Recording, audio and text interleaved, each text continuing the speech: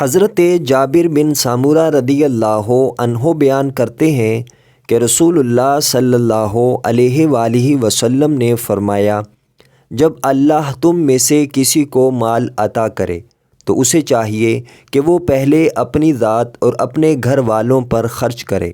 مشکوٰۃ المصابیح حدیث نمبر 3343۔ حضرت ابوذر رضی اللہ عنہ بیان کرتے ہیں کہ رسول اللہ صلی اللہ علیہ وآلہ وسلم نے فرمایا، غلام تمہارے بھائی ہیں، اللہ نے انہیں تمہارے زیر تصرف کر دیا ہے۔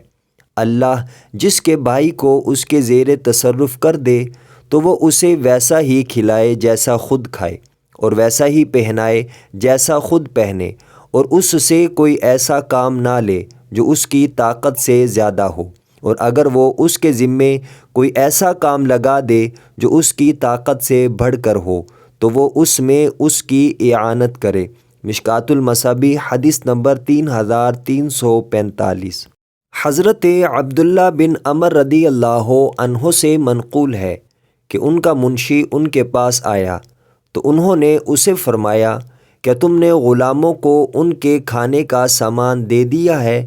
اس نے کہا نہیں۔ انہوں نے فرمایا، جاؤ اور انہیں کھانے کا سامان دو، کیونکہ رسول اللہ صلی اللہ علیہ وآلہ وسلم نے ارشاد فرمایا، بندے کے لیے یہی گناہ کافی ہے کہ وہ اپنے مملوک کے کھانے کا سامان روک لے، اور ایک روایت میں ہے کہ آدمی کے لیے یہی گناہ کافی ہے کہ جن کی خوراک اس کے ذمے ہے وہ اس کی روزی ضائع کر دے۔